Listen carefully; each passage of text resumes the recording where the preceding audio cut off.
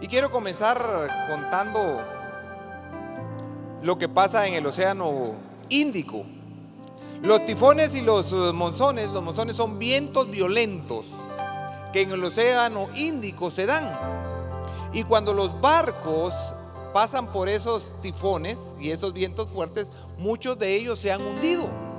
Pero llegó un capitán y dijo: yo sé cómo podemos sobrevivir a esos tifones. Y él dice que cuando estaba el tifón, empezaron a girar sobre el eje central, a manera de irse estrechando hasta estar en el centro del tifón. En el centro del tifón podían tener paz hasta que todo se calmaba.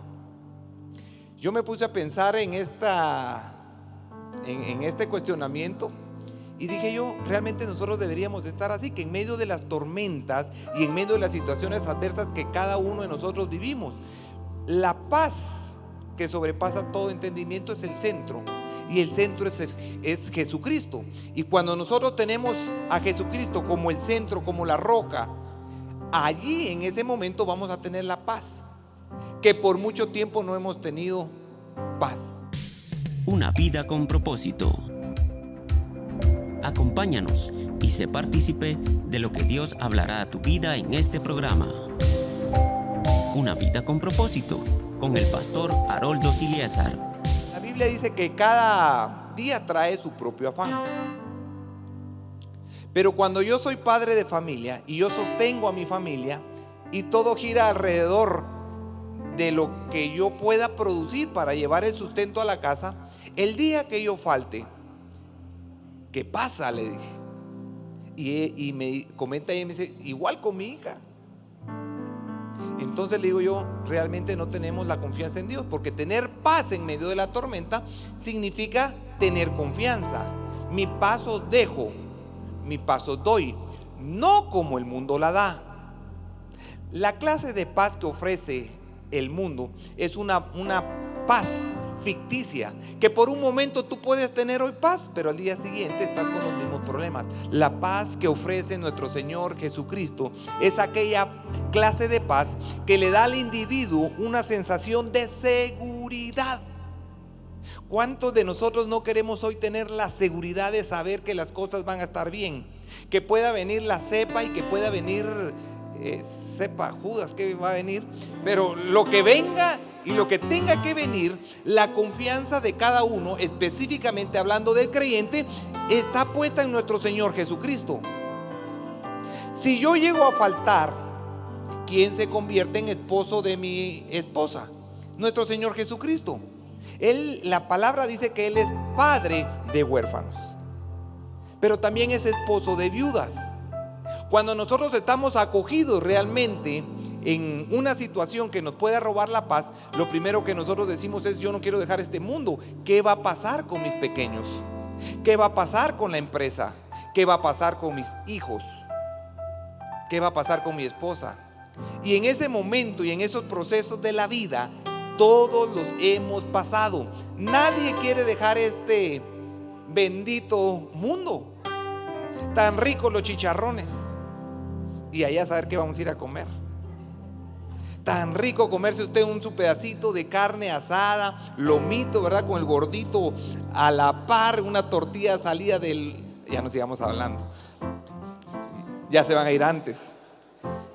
Pero cuando el Señor Jesucristo es el centro de nuestras actividades, todo proceso, porque hay un proceso que no podemos evitar, hay un proceso que las personas tienen que pasar para formar el carácter, para formar su vida espiritual de una manera totalmente distinta. Nadie quiere esos procesos, nadie quiere tener problemas, pero es necesario que todos pasemos distintos oasis o distintos desiertos en la vida. Un hijo se enferma y uno no sabe qué hacer. Problemas en la relación del matrimonio, el negocio va mal, están haciendo recortes de personal en la empresa, y en ese momento uno empieza a cuestionar y podríamos decir: ¿y dónde está Dios?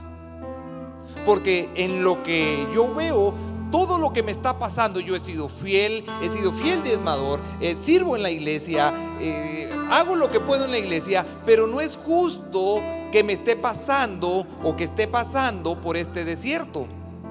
Ese proceso es inevitable de que cualquier persona, cualquier ser humano no lo pueda pasar. No conozco a nadie que no haya pasado por un desierto. No conozco a nadie que haya tenido que agarrar un camino o una vereda más corta para poder llegar al lugar donde él siempre ha soñado. Todos tenemos sueños, todos tenemos anhelos, todos queremos un mundo mejor. Yo anhelo una Guatemala totalmente distinta, anhelo una sociedad que ame al Señor Jesucristo con pasión, con amor, con devoción. Yo sueño con una Guatemala distinta. Y yo le voy a decir una cosa. La paz que nuestro Señor Jesucristo en medio del proceso nos ofrece no es la paz que nos ofrece un gobernante o que te puede ofrecer la nación o el país donde tú vivas o donde estés. La clase de paz que tú puedes tener solo se encuentra en el Señor Jesucristo. Una vez andaban los discípulos en una barca y él estaba durmiendo. Jesús estaba tan tranquilo y tan cómodo que sabía que las cosas iban a salir perfectamente bien. Los que tenían incertidumbre de que se iba a hundir la barca eran los discípulos, porque no habían fomentado todavía la fe, aunque habían visto los milagros que Jesús había hecho. Se afanaron y él les dijo: hombres de mucha fe, de poca fe. ¿Por qué les hablaría hombres de poca fe? Hoy vivimos una situación difícil y el proceso que quisiéramos evitar no se puede. Escuché de un caso de una pareja de esposos que tenía una niña de 6 años. Se contagiaron de COVID-19, coronavirus. Fallecieron los dos, el papá y la mamá. Quedó la niña huérfana de 6 años. Y a los días siguientes mueren los abuelos. ¿Qué culpa tenía ella? Pero no podemos atribuir despropósito alguno, porque sus pensamientos son más altos que los de nosotros. Muchas veces no podemos entender por qué se enfermó o murió el pastor aquel. ¿Por qué murió el hijo del pastor? ¿Por qué? Y empezamos a cuestionar y decir: pero si ellos amaban a Dios, si ellos le servían a Dios, pero no entendemos el proceso por el cual ellos tenían que haber pasado o habían sufrido. No podemos evitar ciertos procesos que en nuestra vida nos va a madurar, hablando espiritualmente. No sé si me siguen hasta aquí. Moisés tuvo un llamado, y Moisés era de las personas que había sido creado en el palacio. Moisés no sabía qué era abrir una puerta, a él le abrían la puerta. Moisés no sabía qué es ir a la SAT a hacer cola para pagar impuestos. Moisés tomaba un helicóptero y llegaba al lugar donde él quería estar. Moisés lo tenía todo, pero él en su corazón recibe un llamado. Fue tan fuerte el llamado porque él tenía la educación egipcia, pero también tenía en su sangre que era judío, él era israelita. Y para aquellos que han tenido un llamado, póngame atención, resulta que él acogió tan fuerte su llamado y se apasionó que ve a un egipcio que le está pegando a su paisano y le sale lo chapín. Agarra el palo y lo agarra a palazos. La gente lo ve y dijo: mírenme, yo definitivamente soy el libertador. Él creía que iba a ser el libertador de Israel. Sin embargo, no fue así. Tuvo que haber salido huyendo, pensando que él le iban a dar un título, lo iban a hacer un monumento, porque era el libertador. Sin duda alguna, nuestro Dios haber pensado: a este lo tengo que llevar al proceso del desierto, porque si no me va a matar a todos a palazos. Y lo lleva al desierto. Yo quiero que abra tu Biblia, Isaías 26:3. Tú guardarás en completa ¿qué? Paz a aquel cuyo pensamiento en ti persevera, porque en ti ha confiado. Aunque la tempestad esté alrededor tuyo, Él tendrá la completa paz de todo. Él tendrá todo bajo control. El proceso que tú estés pasando, sea el que sea, si tú tienes confianza en Él, vas a tener completa paz. Eso es lo que dice este versículo. Cuando Dios nos llama, vamos a un lugar donde somos procesados. Todos los que estamos aquí somos un producto en proceso. Él nos va a perfeccionar mientras que estemos en la universidad de la vida. Mientras que estemos en esta tierra, Dios va a estar tratando con nosotros para que cada uno de ustedes no se pierda y tenga una vida eterna. Todos estamos aquí, ¿saben? Por una cosa: para vivir y adorar al Señor por la eternidad. Nunca vamos a estar aquí por la eternidad. Estamos aquí trabajando para eso. Usted está aquí aprendiendo algo. Usted está aquí porque dice: Señor, yo quiero estar por la eternidad adorándote. A veces somos nosotros tan mal agradecidos que se nos olvidan las cosas buenas que ha hecho por todo lo que llevamos de vivir en esta tierra. ¿Y nosotros qué hacemos? El ser humano peca con todo, peca con los ojos, peca con los oídos, peca con el pensamiento, y sin embargo Él ve su corazón. Hay un versículo que dice que Él ve tus pensamientos, pero escudriña tu corazón. ¿Y qué es escudriñar? Es buscar algo que pueda llegar a empatar con lo que estás pensando. Por ejemplo, yo voy a hacer una maldad, pero si el Señor dice: en el pensamiento ya vi que tiene, ahora voy a escudriñar su corazón. Y si en pareja, ahí hay un problema de pecado. Pero si Él escudriña, y eso le pasó al rey David. ¿Qué le pasó al rey David? Él cometió adulterio y llegó al asesinato. Pero lo que caracterizaba a David, ¿saben qué era? Que él siempre llegaba con un corazón humilde, contrito, humillado, y le pedía perdón. Y yo pienso que Dios escudriñaba el corazón a tal punto que realmente lo encontraba inocente. Decía: sí, no, ya no lo vas a volver a hacer. No vi yo ninguna otra historia de David que él haya asesinado a alguien por una mujer. Quiere decir que su arrepentimiento fue genuino. Así que el tiempo del proceso es muy difícil. Todos tenemos que pasar por ese tiempo. Hacer el tiempo sin escalas. Todos tenemos que viajar en el avión donde van a haber turbulencias, donde va a haber alguna altitud. Yo no sé cuántos han viajado en avión. Una vez yo viajé a un congreso de pastores y el avión se movió, pero una cosa horrible. Y empezó a hacer así, pero topamos como cuando pasa un túmulo y no se da cuenta, usted salta y pega en el techo. Así se hizo el avión. Y todos: ¡ay! Señor, guarda en completa paz mi corazón. Mis hijos se van a quedar huérfanos porque mi esposo iba conmigo. Señor, tú tienes el control. Pero de ahí todo se calmó. Pero en el momento había aflicción. En ese momento había miedo. Entonces hay un proceso que no puedes evitar. Ese proceso difícil, llámalo proceso santo. Ese proceso va a hacer que tú vayas avanzando espiritualmente, vayas caminando de una manera distinta, y al final del día tú vas a poder ver hacia atrás, y como aquellos dibujos animados en los libros de los niños que se unen puntos y al final sale una figura, tú ves hacia atrás y te das cuenta que el peor problema que tuviste en aquella ocasión o en aquel año ya lo sobrepasaste. Pero ahora vienen nuevos desafíos. ¿Con qué actitud los vas a poder sacar adelante? ¿Te vas a dar por vencido o te vas a sobreponer? No hubo un David, no hubo un rey David sin un Goliat. ¿Estás dispuesto a pelear con tu Goliat? ¿Estás dispuesto a sacrificar tiempo? ¿Estás dispuesto a sacrificar tu familia? ¿Estás dispuesto a tantas cosas que de repente el Señor te llama y te dice: quiero que hagas esto? No, Señor, pero es que eso está muy difícil. Y míreme acá, Moisés tuvo que ser llevado 40 años al desierto. Que en el desierto hay nada, no hay nada, todo es árido.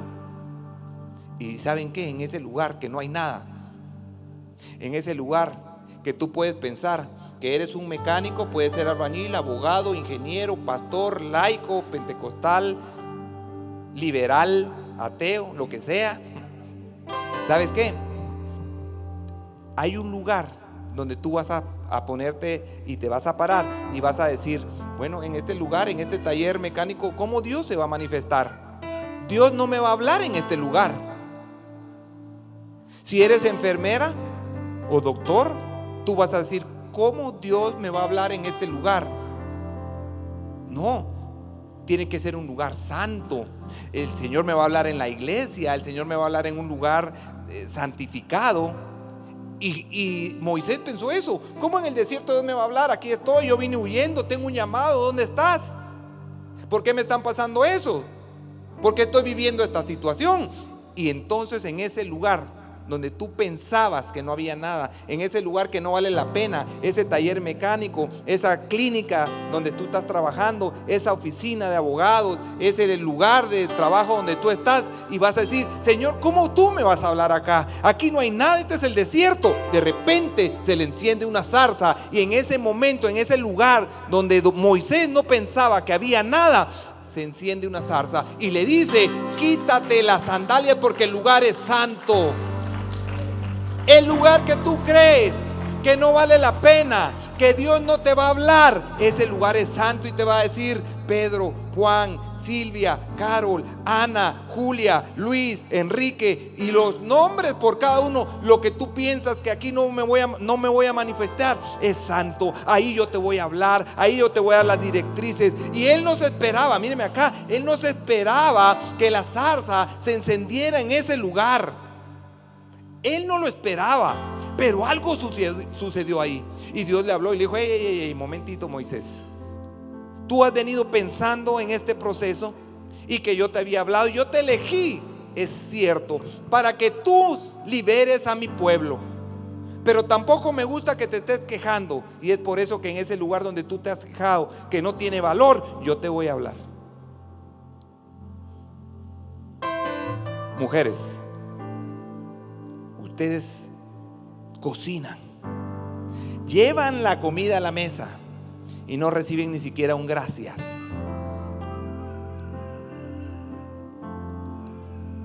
Y la gente que está comiendo de la comida que tú hiciste pensará, esta comida se hizo sola. Y tú puedes pensar, Señor, tú me prometiste que iba a ser profeta, que me ibas a llevar a las naciones, que iba a viajar por el mundo, pero mira, aquí estoy, nadie me agradeció lo que yo cociné el día de hoy. Y cómo yo voy a ser llevada a un lugar. Al momento, ahí en ese lugar Dios te va a hablar. Ahí en ese lugar donde tú has creído que no va a pasar nada, algo sobrenatural va a pasar. Damas y caballeros, Moisés lo pensó, yo lo he pensado. Muchas veces he tenido que decir, Señor, pero ¿por qué estoy solo en todo esto? ¿Dónde estás? ¿Dónde estuviste cuando mi mamá falleció? ¿Dónde estuviste cuando mi hijo pequeño se enfermó?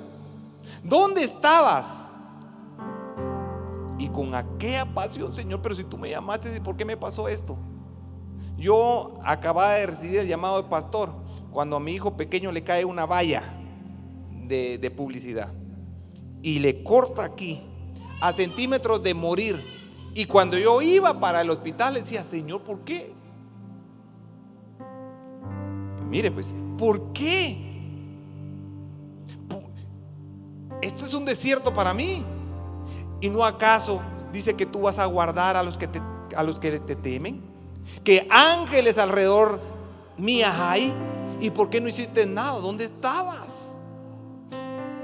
Sin saber que era un proceso santo.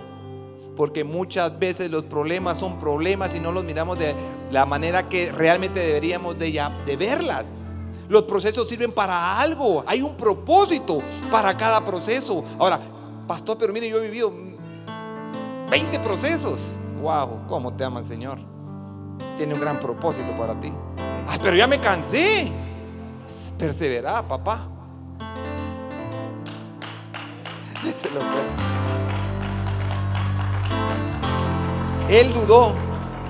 Mire lo que dice Hechos 7, revalidando lo que le estoy diciendo aquí. Dice: al ver a uno que era maltratado, lo defendió, hablando de Moisés, y lo hirió al egipcio. Vengó al oprimido. Pero él pensaba que sus hermanos comprenderían. Y me voy a quedar ahí, mírenme acá. Él pensaba que lo iban a comprender. Entonces muchas veces nosotros queremos agarrar la ruta más corta, la 66, ¿verdad? Agarrar el freeway y no meternos por todo aquel caserío. ¿Por qué? Porque él pensaba que lo iban a comprender. Tú pensabas, no él.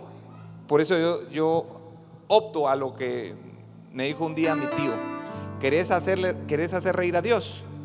Contale tus sueños, porque no son los de él, no son los tuyos, son los de él. Él les va a dar risa: Señor, fíjate que quiero hacer esto y esto. No, tengo algo mejor para ti, algo perfecto para ti. Entonces él estaba en esa situación. Si tienes el llamado, pregunto, ¿cuántos han tenido un llamado? Tú que me estás viendo, ¿alguna vez te han dado palabra y te han dicho: mire, tú vas a ser profeta, tú vas a ser pastor, tú vas a ser adorador, tú vas a recibir, yo no sé? Si has tenido ese llamado, solo te falta pasar el proceso. Moisés fue llamado, y después de que fue llamado tuvo que ser procesado. 40 años. Como me dijo un muchacho: pastor, fíjese que yo ya no aguanto. Yo he sentido que Dios me ha procesado mucho. ¿Cuántos años tenés? 16, me dijo. Mira, Moisés tuvo 40. Así que tranquilo, te falta un poquito más. Tenés paciencia, tranquilo. Entonces, nos falta tener esa fe. Así que quiero leer otro versículo acá. Salmo 65:4. Dice así: bienaventurado el que tú escogieres. Mire, si usted ha sido llamado, ponga atención. Bienaventurado el que tú escogieres y trajeres a ti para que habite en tus atrios. Seremos saciados del bien de tu casa, de tu santo templo. ¿Qué era lo que estaba haciendo? Mírenme acá, ¿qué era lo que estaba haciendo Dios con Moisés? Lo estaba atrayendo a su casa a través del proceso. Fue escogido. Si tú fuiste escogido, tienes que saber una cosa: que el Señor va a hacer lo imposible para atraerte a su casa. ¿Y por qué a su casa? Porque ahí vas a ser preparado, ahí vas a ser tú.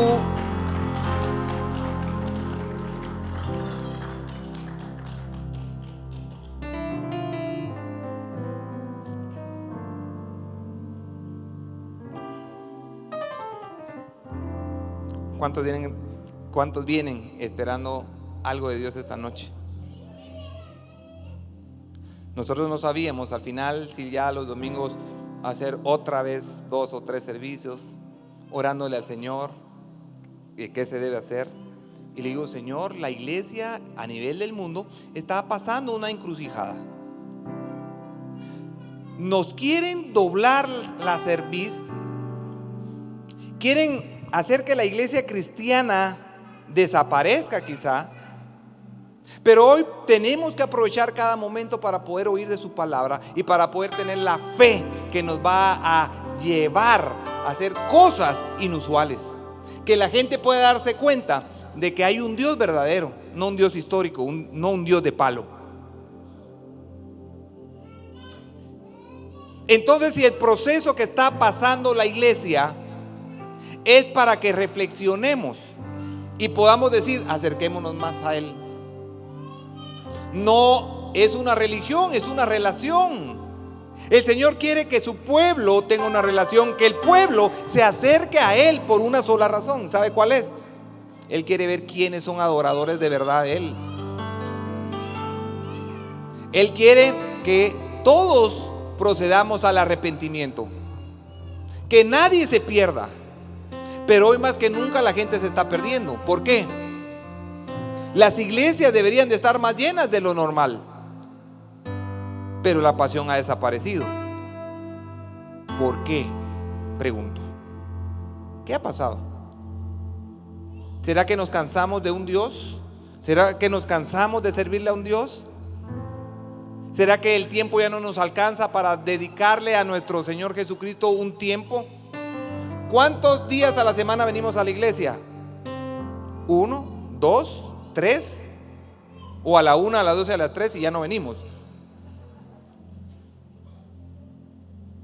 Pregunto, entonces ¿qué hacemos? Ya no, mire, este domingo vengo cansado del trabajo. ¿Y si fuera rapto, señores? ¿Y si fuera rapto? ¿Y si fuera rapto hoy? ¿Nos iríamos? ¿Nos quedaríamos? Tenemos que vivir todos los días buscando la santidad.